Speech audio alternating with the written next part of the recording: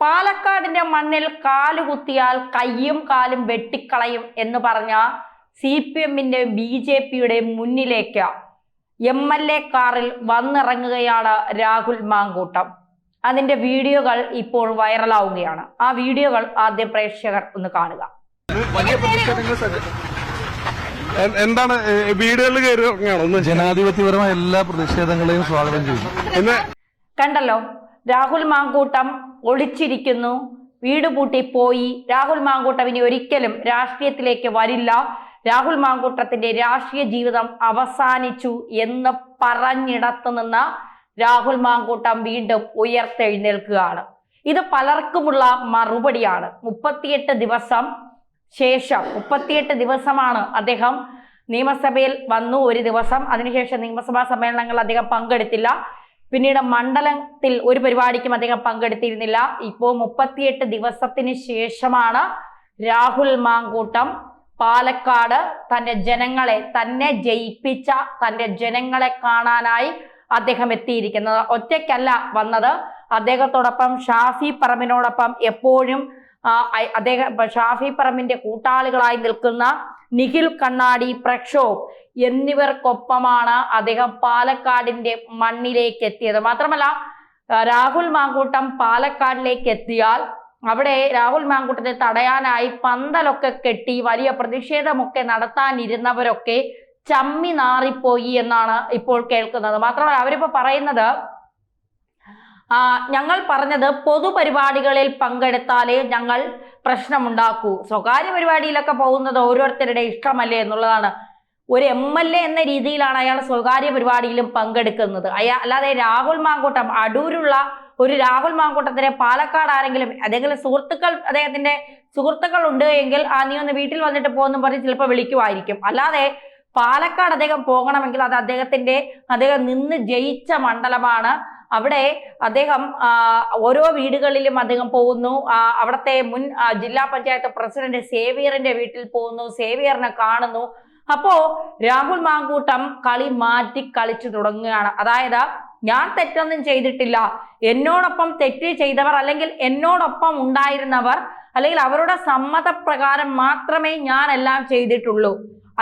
അങ്ങനെ ഉണ്ട് എങ്കിൽ, ഇല്ലാതെ ആരെയും നിർബന്ധിച്ച് ഞാൻ ആരെയും ബലാത്സംഗം ചെയ്തിട്ടില്ല, ആരെയും വലിഞ്ഞു മുറുകി കെട്ടിയിട്ട് പീഡിപ്പിച്ചിട്ടില്ല, ഞാൻ ആരുടെയും അനുവാദമില്ലാതെ അവരുടെ ആരുടെയും ശരീരത്തിൽ തൊട്ടിട്ടില്ല, എനിക്കെതിരെ ഒരു പരാതിയോ ഒരു കേസോ ഒരിടത്തുമില്ല. ക്രൈംബ്രാഞ്ച് ഇങ്ങനെ ഓടി നടക്കുകയാണ് പുതിയ പുതിയ കാര്യങ്ങൾ കണ്ടെത്താൻ, രാഹുൽ മാങ്കൂട്ടത്തിന്റെ ചാറ്റുകൾ പൊക്കാൻ, രാഹുൽ മാങ്കൂട്ടത്തിന്റെ ഫോൺ സംഭാഷണങ്ങൾ പൊക്കാൻ. ഇതൊക്കെ പൊക്കുമ്പോഴും സ്വമേധയാ കേസ് എടുക്കാമായിരിക്കാം. ആരെങ്കിലും ഒരു പരാതിക്കാരി ഇല്ലാതെ എങ്ങനെയാണ് രാഹുൽ മാങ്കൂട്ടത്തിനെതിരെ നിങ്ങൾ കേസെടുക്കാൻ ഇത്ര ആവേശം കാണിക്കുന്നത് എന്നുള്ളതാണ് ചോദ്യം.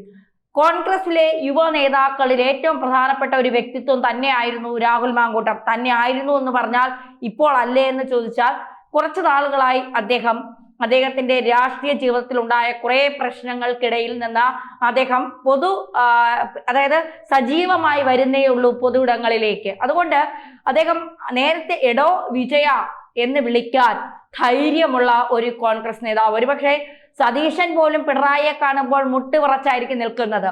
മാധ്യമ പ്രവർത്തകരൊക്കെ പിണറായിയെ കാണുമ്പോൾ മുട്ടുവിറയ്ക്കുന്നതൊക്കെ നമുക്ക് കാണാൻ സാധിക്കും. പക്ഷേ CPMന്റെ ഒരു നേതാക്കളെയും, മാത്രമല്ല കോൺഗ്രസിലെ നേതാക്കളെ പോലും ഭയക്കേണ്ട കാര്യമില്ല. ഞാൻ എൻ്റെ കഴിവ് കൊണ്ടാണ് രാഷ്ട്രീയത്തിലേക്ക് ഉയർന്നു വന്നതെന്ന ബോധമുള്ള, പ്രത്യേകിച്ച് ഷാഫി പറമ്പിനൊക്കെ കൂടെ കൂട്ടിക്കൊണ്ട് നടന്ന് ഒരു ചേട്ടൻ അനിയന്മാരെ പോലെയായിരുന്നു അവരുടെ ബന്ധം എന്നൊക്കെ പറയുന്നത്. അപ്പോ അത്തരത്തിൽ ഉയർന്നു വന്ന ഒരു നേതാവ്, അയാളെ അടിച്ചമർത്താൻ ഇടതുപക്ഷവും BJPയും ശ്രമിക്കുന്നതിനേക്കാൾ കൂടുതൽ അയാളുടെ പാർട്ടിക്കകത്തുള്ള ആളുകൾ തന്നെ ശ്രമിച്ചു എന്നുള്ളതാണ് ഏറ്റവും പ്രധാനപ്പെട്ട കാര്യം.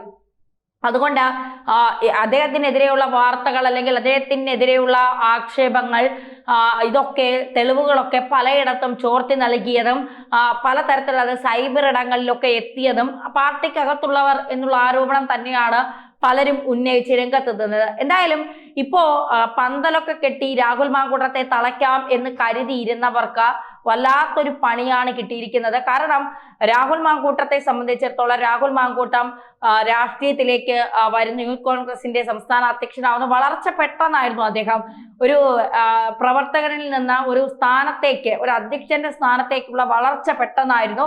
VD സതീശനും ഷാഫി പറമ്പിലിനും ഒക്കെ അദ്ദേഹത്തിന്റെ വളർച്ചയിൽ വലിയ കരങ്ങളുണ്ട്. കാരണം അവർ തന്നെയാണ് കൊണ്ടു നടന്ന് അദ്ദേഹത്തെ യൂത്ത് കോൺഗ്രസിന്റെ തലപ്പത്ത് എത്തിച്ചത്. പക്ഷേ എത്തിയത് അവർ കാരണമാണോ എന്ന് ചോദിച്ചാൽ ഒരുപക്ഷെ അദ്ദേഹത്തിന്റെ വാക്ചാതുര്യം, പ്രവർത്തനങ്ങളുടെ മേഖല, പിന്നെ രാഷ്ട്രീയത്തെ എങ്ങനെ കൈകാര്യം ചെയ്യണം, അത് ജനങ്ങളിലേക്ക് എങ്ങനെ എത്തണം എന്ന് നന്നായിട്ട് രാഹുൽ മാങ്കൂട്ടത്തിന് അറിയാം. എവിടെയാണ് ജനങ്ങളിലേക്ക് എത്തേണ്ടത്, എങ്ങനെയാണ് ജനങ്ങളിലേക്ക് എത്തേണ്ടത് എന്നൊക്കെയുള്ള കാര്യങ്ങൾ രാഹുൽ മാങ്കൂട്ടത്തിന് നന്നായിട്ട് അറിയാം. അത് അദ്ദേഹം വേണ്ട രീതിയിൽ വിനിയോഗിച്ചു എന്നുള്ളതാണ് യാഥാർത്ഥ്യം. അത് കൃത്യമായി വർക്കൗട്ടായി എന്നുള്ളതാണ് മറ്റൊരു സത്യം. ആ വർക്കൗട്ടാണ് അദ്ദേഹത്തിന്റെ രാഷ്ട്രീയ ജീവിതം തന്നെ മാറ്റിമറിക്കുന്ന പാലക്കാട് ഷാഫി പറമ്പിൽ വടകരയിലേക്ക് ലോക്സഭാ തെരഞ്ഞെടുപ്പിൽ മത്സരിക്കാനായി പോയപ്പോൾ പാലക്കാട് ഒരു ഉപതെരഞ്ഞെടുപ്പ് വരുന്നു. ഉപതെരഞ്ഞെടുപ്പിൽ ആരാണ് എന്നുള്ള ചോദ്യത്തിന് മറ്റൊരു പേരും വന്നില്ല. രാഹുൽ മാങ്കൂട്ടം എന്ന പേര് തന്നെയാണ് വന്നത്. ഒരുപക്ഷെ ഷാഫിയൊക്കെ നേടിയതിനേക്കാൾ വലിയ ഭൂരിപക്ഷത്തോടെയാണ് രാഹുൽ മാങ്കൂട്ടം അവിടെ പാലക്കാട് ജയിച്ചത്. കോൺഗ്രസിലുള്ള കുറെ പേർക്ക് അതിൽ അസൂയ ഉണ്ടായിരുന്നു. ഈ വളർന്നു വരുമ്പോൾ, അതായത് VD സതീശൻ മുഖ്യമന്ത്രിയായാൽ, അടുത്ത തവണ UDF അധികാരത്തിൽ വന്നാൽ VD സതീശൻ മുഖ്യമന്ത്രി ആയാൽ, VD സതീശന്റെ ഏറ്റവും അടുത്ത എന്താ പറയുക 2 ആളുകളാണ് ഷാഫി പറമ്പിലും രാഹുൽ മാങ്കൂട്ടത്തിലും. അപ്പോ ഷാഫി ലോക്സഭാ MP സ്ഥാനം രാജിവെച്ച് വേറെ എവിടെയെങ്കിലും മത്സരിച്ച് ജയിച്ചാൽ ഇവരെയൊക്കെ മന്ത്രിയാക്കുമോ എന്നുള്ള ഭയം കോൺഗ്രസിനകത്ത് തന്നെ പല നേതാക്കൾക്കും ഉണ്ടായിരുന്നു എന്നുള്ളതാണ് യാഥാർത്ഥ്യം. അതുകൊണ്ട് തന്നെയാണ് പലരും ഈ മറ്റുള്ളവരെ നമുക്ക് വിശ്വസിക്കാൻ, സ്വന്തം പാർട്ടിയിലുള്ളവരെ വിശ്വസിക്കാൻ പാടില്ല എന്ന് പലരും പറയുന്നത് കേട്ടിട്ടുണ്ട്. അത് തന്നെയാണ് ഇവിടെയും സംഭവിച്ചത്. രാഹുൽ മാങ്കൂട്ടത്തെ പാർട്ടിക്കകത്തു നിന്ന് തന്നെ ഒറ്റി. അത് ചില മാധ്യമങ്ങൾ അജണ്ടയോടെ ഏറ്റെടുത്തു. അതിനുശേഷം രാഹുൽ മാങ്കൂട്ടം പാലക്കാട് വന്ന ഒരു ടെസ്റ്റ് ഡോസ് ആണോ എന്നൊക്കെ ചോദിച്ചുകൊണ്ട് അരുൺകുമാർ അടക്കമുള്ള മാധ്യമ പ്രവർത്തകർ രംഗത്തെത്തുന്നു. അപ്പോ രാഹുൽ മാങ്കൂട്ടത്തിന് അങ്ങനെ ആർക്കും തളയ്ക്കാൻ കഴിയില്ല എന്നുള്ളത് യാഥാർത്ഥ്യമാണ്. അത് അദ്ദേഹം നിയമസഭയിൽ കാണിച്ചു കൊടുത്തതാണ്. നിയമസഭയിൽ രാഹുൽ മാങ്കൂട്ടം വരില്ല, രാഹുൽ മാങ്കൂട്ടം രാജിവെക്കണം എന്നൊക്കെ പറഞ്ഞുകൊണ്ട് നിരന്തരം ബ്രേക്കിംഗ് ന്യൂസുകൾ കൊടുത്തവരുടെ അണ്ണാക്കിൽ വെടിപൊട്ടിച്ചുകൊണ്ടാണ് രാഹുൽ മാങ്കൂട്ടം നിയമസഭയിലേക്ക് എത്തിയത്. അതുപോലെ തന്നെയാണ് പാലക്കാട് മണ്ഡലത്തിലേക്ക് ഇനി തലയുയർത്തി നിൽക്കാൻ രാഹുൽ മാങ്കൂട്ടത്തിന് കഴിയില്ല, രാഹുൽ മാങ്കൂട്ടം അവിടെ വരില്ല എന്ന് പറഞ്ഞയിടത്താണ് രാഹുൽ മാങ്കൂട്ടം കൃത്യമായി പാലക്കാടിന്റെ മണ്ണിലേക്ക് മാസ് എൻട്രി നടത്തുന്നതും MLA കാറിൽ തന്നെ അവിടെ മുഴുവൻ സഞ്ചരിക്കുന്നതും പല ആളുകളെയും കാണുന്നതും പലരോടും സൗഹൃദം പങ്കിടുന്നതും പലരുമായി കാര്യങ്ങൾ സംസാരിക്കുന്നതും ഒക്കെ ചെയ്യുന്നത്. നേരത്തെ BJP ഇതുപോലെ തന്നെ BJPയും CPM ഒക്കെ എനിക്ക് തോന്നുന്നു അന്ന് CPM ഇല്ല, BJP ആണ് രാഹുൽ മാങ്കൂട്ടം വരുമെന്ന് പറഞ്ഞുകൊണ്ട് ഇത്തരത്തിൽ വലിയ പ്രതിഷേധമൊക്കെ ഉണ്ടാക്കി നിന്നത്. പക്ഷേ അന്നൊന്നും സംഭവിച്ചില്ല, രാഹുൽ മാങ്കൂട്ടം വന്നില്ല.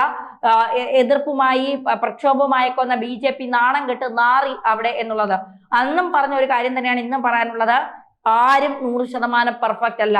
ആർക്ക് നേരെയും എപ്പോ വേണമെങ്കിലും ഒരു പെണ്ണ് കേസ് വരാം. ഇപ്പോഴത്തെ കാലഘട്ടം അങ്ങനെയാണ്. അവനവൻ നല്ലതാണോ എന്ന് സ്വയം കണ്ണാടിയിൽ നോക്കി തീരുമാനിച്ചിട്ട് വേണം മറ്റവനെ കുറ്റം പറയാൻ.